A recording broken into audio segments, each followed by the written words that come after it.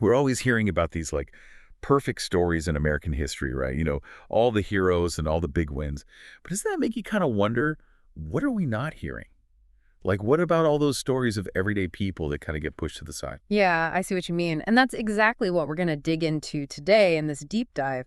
We're going to look at Howard Zinn's A People's History of the United States. It's a way to uncover all these hidden stories and unheard perspectives. I think you'll find it gives us a much more well-rounded view of American history. Definitely. So today we're going to get into some of the biggest moments in American history, but we're going to look at them from a totally different angle. We're talking about the effects of Europeans coming here, but from the perspective of native populations.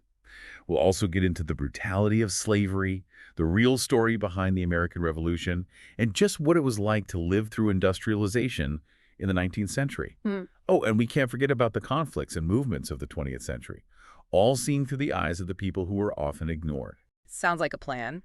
Let's rewind all the way back to the arrival of Europeans. I'm sure you've heard the classic stories of discovery and exploration. Zinn flips the script, though, and focuses on the people who were already here. It wasn't discovery for them, it was invasion. Yeah, for sure. And one of the people Zinn talks about is Bartolomé de las Casas. He was a Spanish friar. Why is his perspective so important?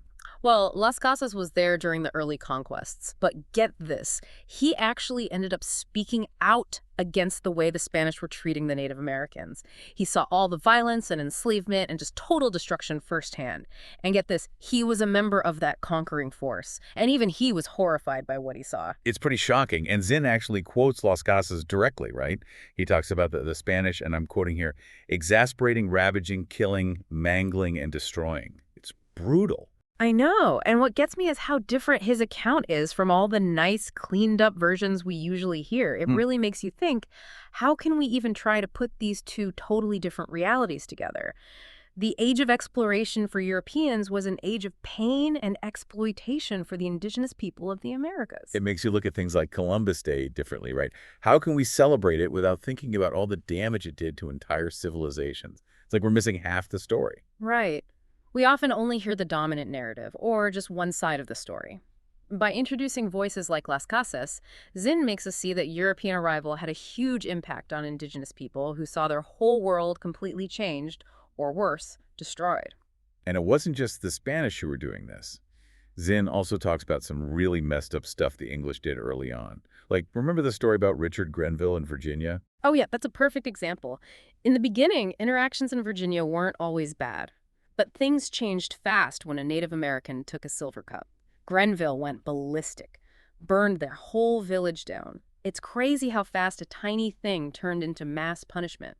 And unfortunately, that kind of out-of-proportion violence became the norm between Europeans and Native Americans. It shows you how uneven the power dynamic was and how eager the Europeans were to use whatever force they needed. Then there's the conversation between Powhatan and John Smith. Powhatan's warning is chilling, you know. It really is. Powhatan, the leader of the Powhatan Confederacy, straight up asked Smith, why fight for what you can have with love? Why destroy the people who feed you? He was all about peaceful coexistence, working together for everyone's benefit. But the English were short-sighted, always wanting to take by force. They ended up hurting themselves by pushing away the very people who could have helped them survive. They just completely ignored all these warnings about the dangers of exploitation. It really shows how different their worldviews were. Sadly, things turned out just as Powhatan predicted. This early history is a sign of things to come, wouldn't you say? It totally is. All this exploitation and chasing resources leads us right to Zinn's exploration of how slavery started in the colonies. So the Virginia colonists needed more and more workers, especially for all the tobacco they were growing. That's when they started relying more on the transatlantic slave trade. What was it like back then? The early Virginia colony was rough, man.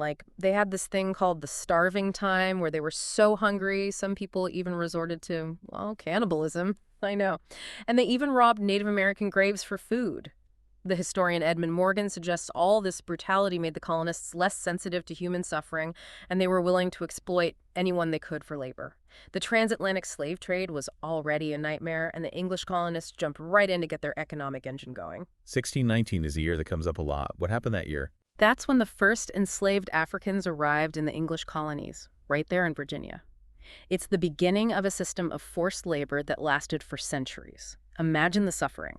And it's crazy how fast this inhumane system took root. Zinn really paints a picture of the horrors of those slave ships. It's not just facts and figures. He makes you feel the human cost of it all. He doesn't sugarcoat anything. He talks about the darkness, the stench, the cries of pain, and how unbelievably crammed it was. People were treated like cargo. He even mentions these cages on the Gold Coast that were so small people could only lie on their sides. It's important to understand slavery wasn't just about hard work. It was about stripping people of their humanity. It wasn't just about making them work. It was about turning them into property, with no rights, no hope, no nothing. Exactly, and that's a huge difference between enslaved Africans and white indentured servants. The servants had it rough, sure, but they had a contract, a set time they had to work, and then they were free. They could even get land. Enslaved Africans were property for life. No rights, no protection, no chance to improve their lives. It's this difference that created all the racial inequality that's still with us today.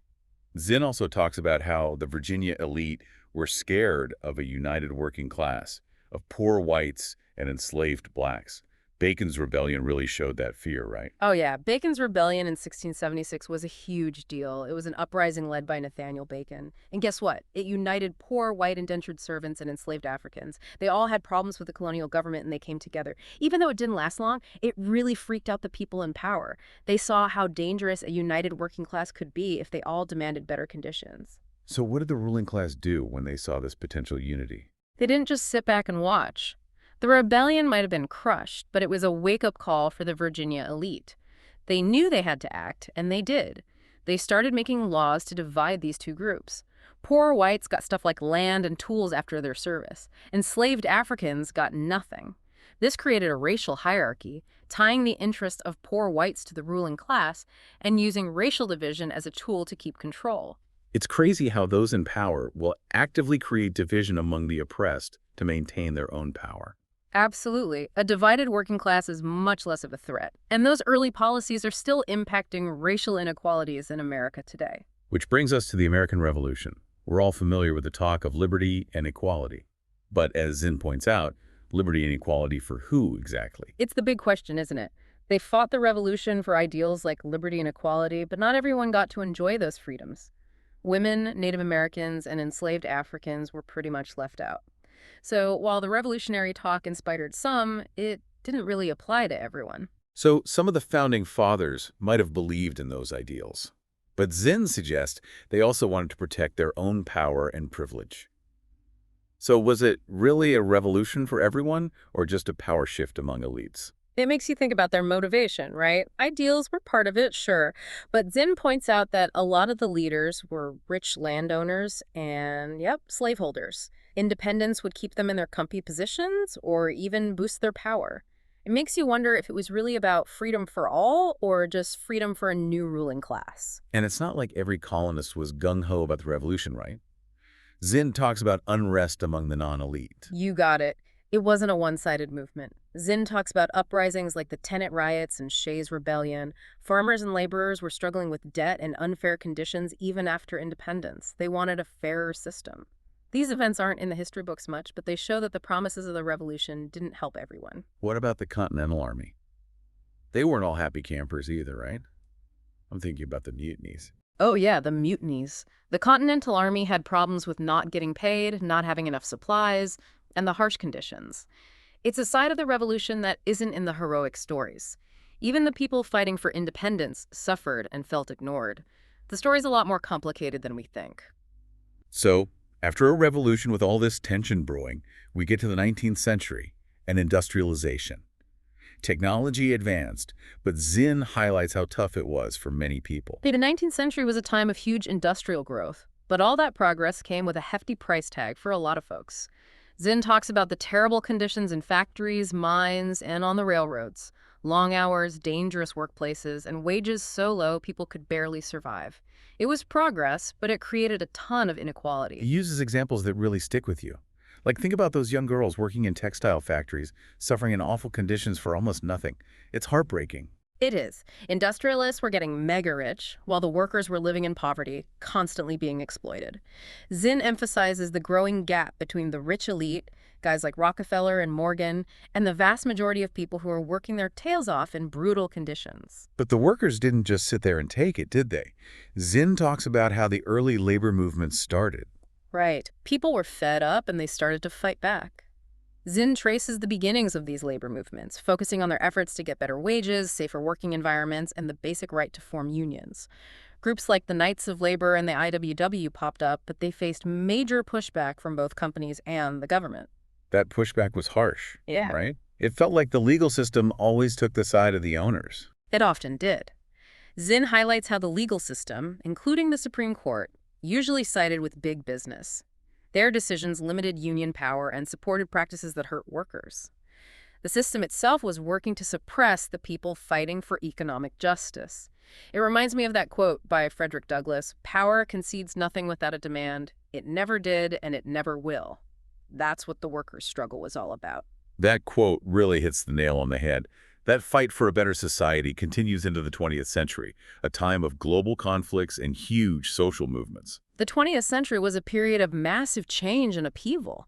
Zinn dives into the complexities of the world wars, the rise of all these social movements, and how inequality and injustice continued to affect American society. So let's start with World War I. Zinn talks about the fight against fascism, but he also looks at other things about U.S. involvement that people don't talk about much. Zinn gives us a more complete picture of World War I. He recognizes the fight against fascism, but he also digs into the economic and political reasons why the U.S. got involved. He argues that the U.S. was also interested in boosting its economy and power on the world stage, and on top of that, he points out how dissent was silenced back home. Things like the Espionage and Sedition Acts were used to limit free speech and target anyone who spoke out against the war. It's a reminder that even when a country is supposed to be united, different opinions get shut down. And that kind of thinking led to the Red Scare, didn't it? Yep, after World War I, the Red Scare was a time of intense fear of communism. People were persecuted for their political beliefs or who they knew. Zinn shows how fear was used to silence opposition and keep the people in power, well, in power. And then there's World War II, another global conflict. Zinn takes a critical look at this one too, even though he acknowledges the horrors of fascism. He does. He doesn't shy away from tough questions. He recognizes that defeating fascism was necessary. But he questions some of the decisions and policies made by the U.S. government during the war.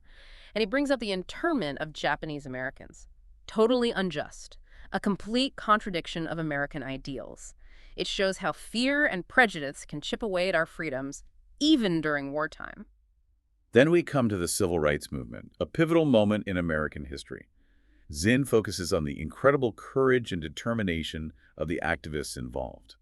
His account of the civil rights movement is really something. He talks about the courage of those activists who risked their lives fighting for equality. They were incredible. He highlights how smart their nonviolent resistance was, talking about events like the Montgomery bus boycott and the Freedom Rides. And when he describes the violence these peaceful protesters faced, it really hits home how deep the injustice was. He also talks about the key role played by grassroots organizations like the SCLC and SNCC. It wasn't just a few leaders, it was a huge movement. It was. Zinn emphasizes how important groups like the Southern Christian Leadership Conference, SCLC, and the Student Nonviolent Coordinating Committee, SNCC, were. They got people involved, organized, and came up with effective strategies for change. The power of this movement came from everyday people working together at the local level. But he also acknowledges that even with its huge successes, the civil rights movement didn't completely solve the deep-rooted problems of economic inequality and systemic racism. Those problems are still around today. Alongside the fight for racial equality, the women's movement also gained momentum during this time. The women's movement in the mid-20th century built on earlier struggles for women's rights. Women challenged traditional gender roles and demanded equality in every part of life. Zinn links this back to earlier advocates who fought for women's emancipation. He talks about key issues like reproductive rights and equal pay, and he mentions Betty Friedan's The Feminine Mystique as a major turning point. What's interesting is that Zinn also talks about disagreements within the movement and the growing awareness of intersectionality. Not all women have the same experience. He acknowledges that women of color face unique challenges. Then there's the anti-war movement, which really grew during the Vietnam War.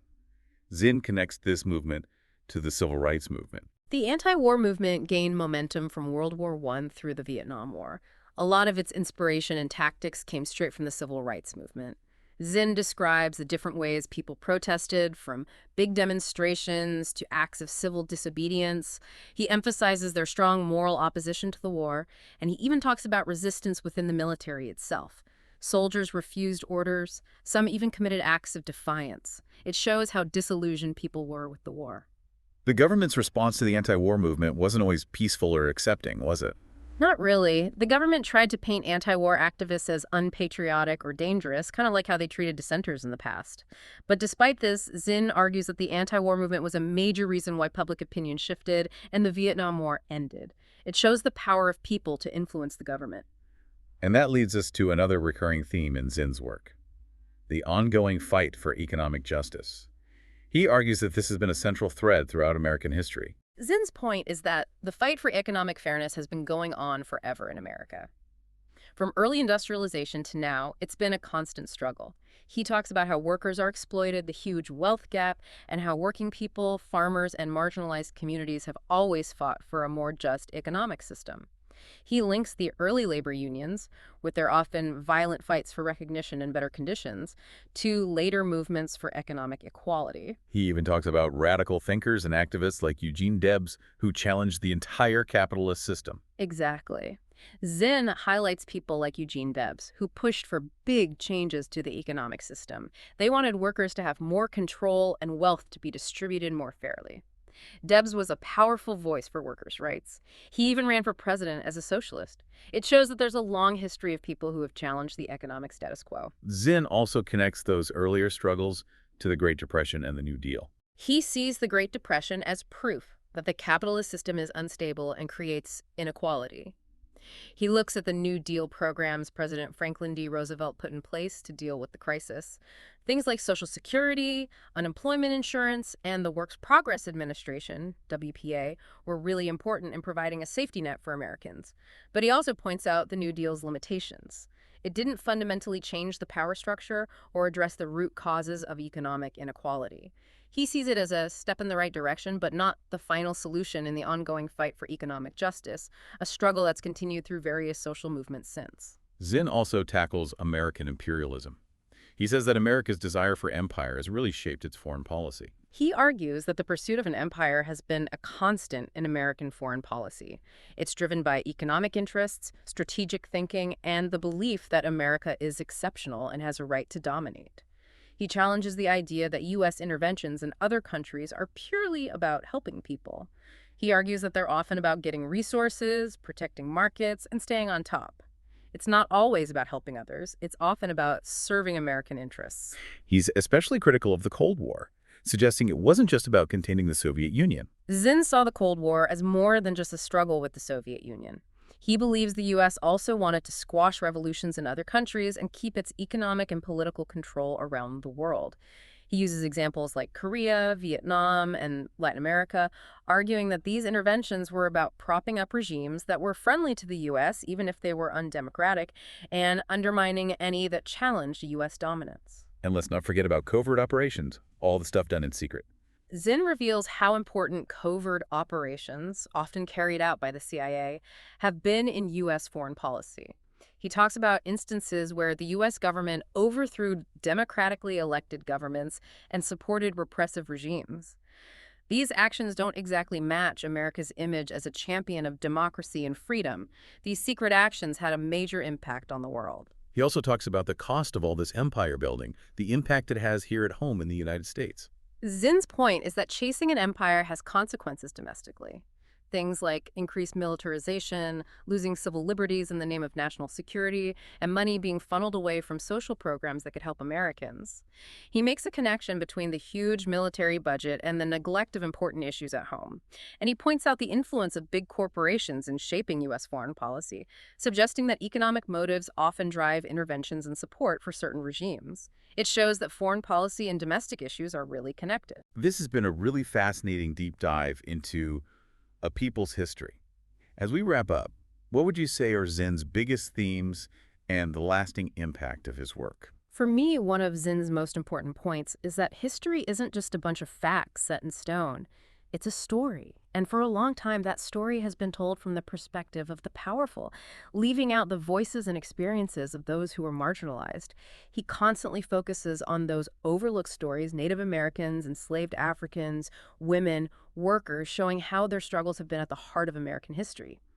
He makes you question the heroes and the stories you thought you knew and think about the voices that have been silenced. Yeah, he definitely shines a light on those hidden stories. Another takeaway is that real change doesn't happen by itself. People have to demand it. Right. Zinn shows that social progress doesn't come from the kindness of those in power.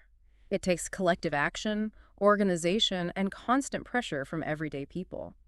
He gives so many examples of social movements throughout American history that forced those in authority to listen to the demands of the marginalized and oppressed. It really highlights the power of people working together to shape history. What about the impact of people's history in general? It's become super popular and influential book. A people's history has completely changed how we understand and teach history. It's inspired people to take a critical look at the traditional accounts, to find different perspectives, and to really think about the complicated and contradictory nature of American democracy.